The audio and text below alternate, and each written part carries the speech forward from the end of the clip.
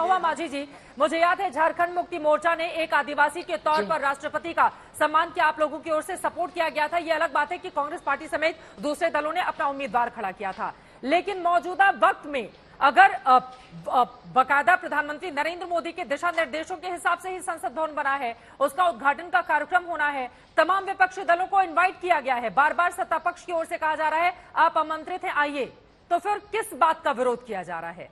और अगर राष्ट्रपति को उस जगह पर एक आदिवासी महिला को बिठाया गया है तो उसका श्रेय किस पार्टी को देंगी आप? किस पार्टी ने बिठाया है वहां पर? धन्यवाद चित्रा जी, आपने मुझे बोलने का मौका दिया। ऐसा है कि आप सभी जानते हैं कि झारखंड मुक्ति मोर्चा हमारी माननीय द्रौपदी मुर्मू जी को जब भी राष्ट्रपति के लिए नॉमिनेट किया गया था, उन्होंने खुशी जताई थी और हम लोगों ने उन्हें ही वोट किया था। वो आज भी और वही है, झारखंड में हम सभी लोग बहुत खुश भी थे। लेकिन इस तरह से वो इसलिए है कि राष्ट्रपति, हमारी जो राष्ट्रपति है वो सरकार, विपक्ष और पूरे देश के नागरिकों का प्रतिनिधित्व करती है और वो संसद का प्रमुख भी है संवैधानिक रूप से। आप हर बार नया सत्र आरंभ करने के पहले सर्वदलीय बैठक करते हैं, लेकिन इतनी बड़ी बात हो रही है कि ऐतिहासिक भवन का उद्घाटन हो रहा है, इसमें आपने सर्वदलीय बैठक क्यों नहीं बुलाई? आपने सर्वसम्मति से ये राय क्यों नहीं ली कि किसके द्वारा कराया जाए, या आप अपनी बात कहते? निश्चित रूप से सब लोगों की जो राय होती वही करना चाहिए था, क्योंकि जो हजारों करोड़ इसके निर्माण में खर्च हुए हैं वो किसी पार्टी विशेष के पैसे नहीं है, वो देश के नागरिकों का पैसा है। और सभी दल के लोग अगर एक साथ बैठते तो निश्चित रूप से देश की जनता की भी राय इसमें आती कि भाई करना क्या है। आपने जब शिलान्यास किया था उस समय एक दलित राष्ट्रपति हमारे देश में थे, आप उनको सम्मान दिया, अच्छी बात है, लेकिन उनको उसमें भी आपने आमंत्रित नहीं किया।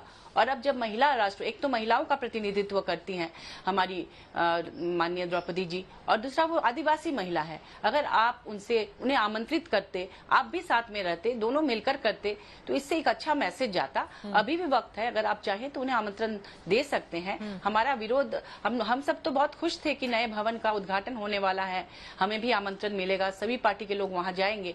ये तो सभी पार्टी के लोग, हम लोग खुशी मना रहे थे, लेकिन ये अचानक ये जो फैसला आया इससे लोग दुखी हैं और चाहते हैं कि उन्हें आमंत्रित किया जाए। अभी भी वक्त है, 28 तारीख से पहले निर्णय लिया जाएगा तो हम सभी लोग उसमें शामिल होंगे। मतलब किसका फोन आया आप लोगों के पास जिसके बाद आपकी पार्टी जाने के लिए तैयार हो जाएगी? किसके फोन का इंतजार है?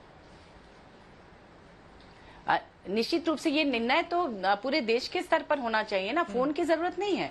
ये तो आमंत्रण अगर जाएगा तो निश्चित रूप से हम लोग जाएंगे, उसमें शामिल होंगे। लेकिन महामहिम और उपराष्ट्रपति महोदय को भी आमंत्रण जाना चाहिए। हमें तो मिला है, लेकिन मुझे लगता है कि राष्ट्रपति जी को जो सम्मान मिलना था, उनसे उद्घाटन कराना था, ये निर्णय तो अभी भी लिया जा सकता है। ठीक है, मलुक नागर साहब हमारे साथ हैं और देखिए मायावती जो कि 4-5 बार, ठीक है, उत्तर प्रदेश की कमान संभाल चुकी हैं, उनकी ओर से आज बहुत बड़ा बयान सामने आया है, उसको लेकर और साथ ही सेंगोल पर भी अपनी बात मलुक नागर साहब आप रखिएगा। उनकी ओर से कहा गया है कि सरकार ने इसे बनवाया है, इसीलिए उसके उद्घाटन का उसे हक है, यानी कि नरेंद्र मोदी इसका उद्घाटन कर रहे हैं, उसका समर्थन कर रही हैं मायावती। इसको आदिवासी महिला सम्मान से जोड़ना गलत है, उन्हें निर्विरोध न चुनना, उनके विरुद्ध उम्मीदवार खड़े करते वक्त सोचना चाहिए था विरोधी दलों को। ये बातें उनकी ओर से कही जा रही हैं। अब मलुक नागर साहब, क्या विपक्षी दल जो कर रहे हैं वो पूरी तरह से गलत हैं? और संगोल को लेकर जिस परंपरा के हिसाब से उसको स्थापित किया जा रहा है, क्या एक नए लोकतंत्र के नए अध्याय की शुरुआत करने जा रहे हैं प्रधानमंत्री नरेंद्र मोदी? इस चश्मे से सभी दलों को देखना चाहिए इसे। देखिए, एक तो ये जो हमारे साथी कांग्रेस के सांसद बैठे, इन्होंने कहा कि इन्होंने विरोध किया था कि 20,000 करोड़ रुपए लग रहे हैं संसद में। 1913 में लेजिस्लेचर सिस्टम कलकत्ता में स्टार्ट हुआ और जब 25 करोड़ से भी कम आबादी हमारी देश की थी, और ये संसद की बिल्डिंग की बनने की शुरुआत 1917 में हुई, 1926 में पूरी हुई, 1927 में पहला सेशन इसमें हुआ, और जब इसका नाम सेंट्रल लेजिस्लेटिव असेंबली था, और 1947 में जब पहुंची तो जब देश का विभाजन हुआ, जब 37 करोड़ लोग थे, 7 करोड़ पाकिस्तान में गए, 30 करोड़ हिंदुस्तान में रहे, और उसके बाद इसका सेंट्रल कॉन्स्टिट्यूट असेंबली नाम हुआ।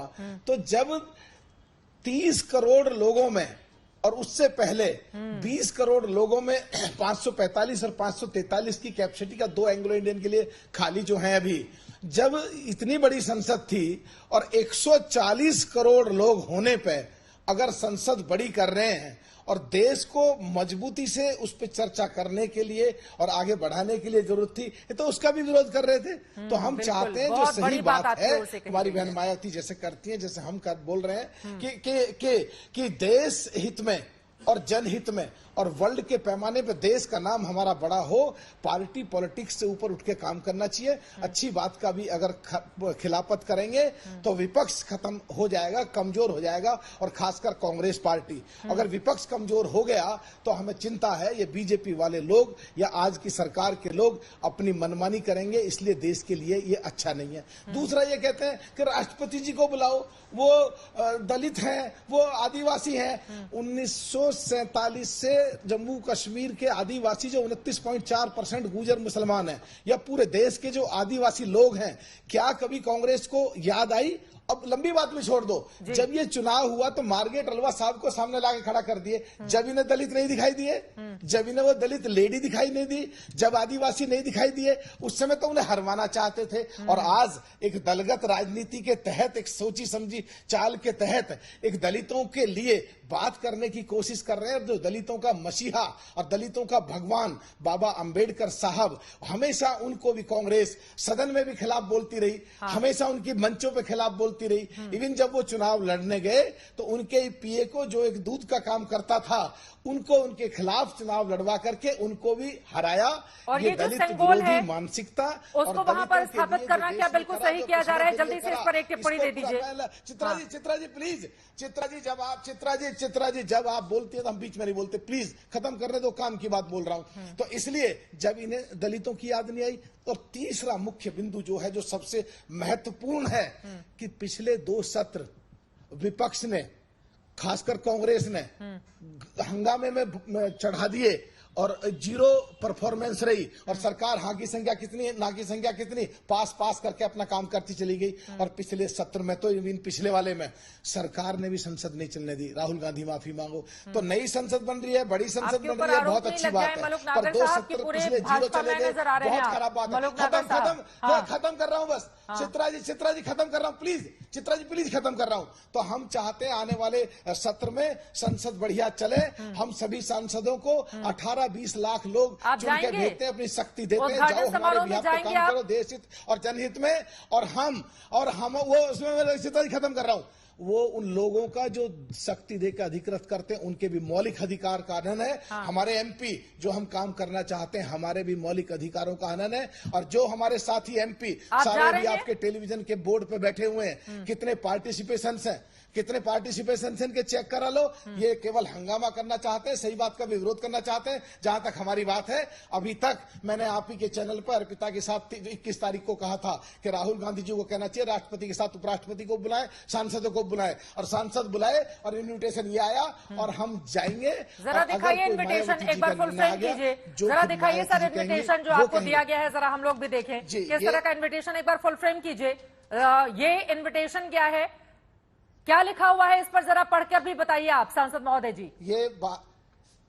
ये बाहर का कवर है और ये इनविटेशन है, और इसमें लिखा हुआ है कि महासचिव लोकसभा, आप पहली लाइन, दूसरी लाइन, श्री नरेंद्र मोदी जी प्रधानमंत्री के कर कमलों द्वारा संसद के नवनिर्मित भवन के लोकार्पण के अवसर पर आपको रविवार 28 मई 2023 को 12 बजे संसद भवन प्रांगण नई दिल्ली में सादर आमंत्रित करते हैं। गरिमाई उपस्थिति श्री ओम बिड़ला जी, अध्यक्ष लोकसभा। ये लिखा हुआ है। और ये देखिए सांसद महोदय को ये इनविटेशन भी पहुंच गया है। लेकिन सुबह 7:30 बजे से कार्यक्रम में हवन के साथ शुरुआत होगी, तो उसमें तो नहीं जाना है आपको। 12 बजे आप कह रहे हैं कि 12 बजे बुलाया गया है, जो उद्घाटन समारोह है खासतौर से उसके लिए। नहीं, देखिए जो विधिवत प्रोग्राम है उसके लिए इनविटेशन भेजे हैं। अब शादी में इनविटेशन में आता है कि आप रात को 9 बजे हमारे इसमें प्रोग्राम में रहें, तो क्या हम 6 बजे नहीं जा सकते, 7 बजे नहीं जा सकते? क्या रीति रिवाज केवल वो बीजेपी वालों के लिए ही है? क्या हवन बीजेपी वालों के लिए ही है? हमारे लिए क्यों नहीं है? हम भी जाएंगे, हम भी पहुंचेंगे, बशर्ते बिल्कुल हम हर परंपरा, हर कार्य जो संसद के लिए और देश के लिए हो रहा है